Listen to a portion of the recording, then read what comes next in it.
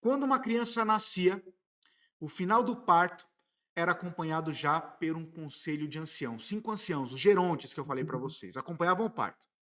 Ao invés da criança que nasceu ser entregue aos braços da mãe, ela inicialmente era avaliada, como vocês estão vendo aí. Os gerontes avaliavam a criança. Se ela tivesse qualquer sintoma, né, ou debilidade física, ou né, um problema de saúde, né, ela era descartada no famoso Monte Taigeta, uma espécie de precipício. Né, os espartanos eles praticavam eugenia desde o nascimento. O que é eugenia? A seleção dos mais aptos, a seleção dos mais fortes. Afinal de contas, estamos falando de uma cidade de guerreiros. Se a criança está perfeitinha, é menino, vai ser entregue aos cuidados da mãe e vai ficar com a mãe até os 7 anos de idade. Depois dos 7 anos, olha o que acontece.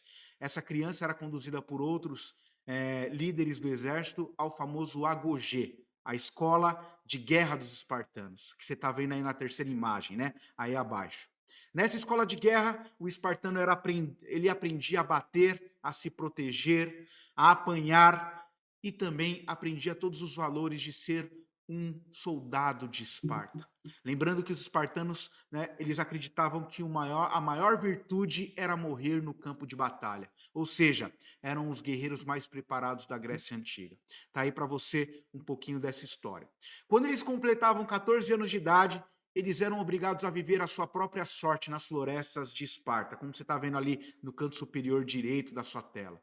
Eles tinham que caçar o seu próprio alimento, eles construíam a sua própria cama, né, de um bambu chamado junco, muito comum na região da Lacônia, onde eles viviam, né? E eles caçavam seus alimentos, eles também tinham que caçar lobos, como vocês estão vendo aí, para se proteger do frio, né? Usavam isso como vestes, né? Então, eles todos praticavam esse ritual. E olha, eles eram até, e aprendiam isso, ter destreza para roubar o seu próprio alimento. Lembrando que existiam muitos comerciantes na cidade de Esparta. Os espartanos, com 14 anos, eles eram obrigados até roubar para se alimentar. E se fosse pego roubando, eram espancados até a morte. Não pelo ato de roubar, mas pela falta de destreza, pois foram pegos, né? E eles não deveriam ser vistos. Então imagina, gente, que tipo de educação estamos falando. A educação militarista que vocês estão vendo. Porque aí, lá nos 17 anos, eles participam de uma prova militar chamada criptia. E essa criptia era muito interessante. Veja, quando completavam 17 anos, vários espartanos esperavam esse grande momento, a sua prova de formatura.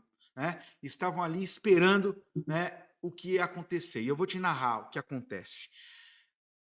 100 escravos eram, né, conduzidos até essa região das florestas. Para os escravos era garantida a liberdade se conseguisse escapar com vida. E a esses meninos de 17 anos, figuras simpáticas que você pode chamar ele para comer ao lado ali no restaurante, imagina a figura que estamos falando, né? Eles eram convidados a matar a maior quantidade de escravos possível. Era a criptia. Quanto mais cabeças, né, eles trouxessem ali para o Agogê, né, eles teriam ali a sua posição na hierarquia do exército. Quanto mais cabeças, maior a sua posição na hierarquia. Ou seja, a matança acontecia, nenhum escravo sobrava para contar a história. Isso aí é um pouco de Esparta para você entender a organização política, social e também a educação.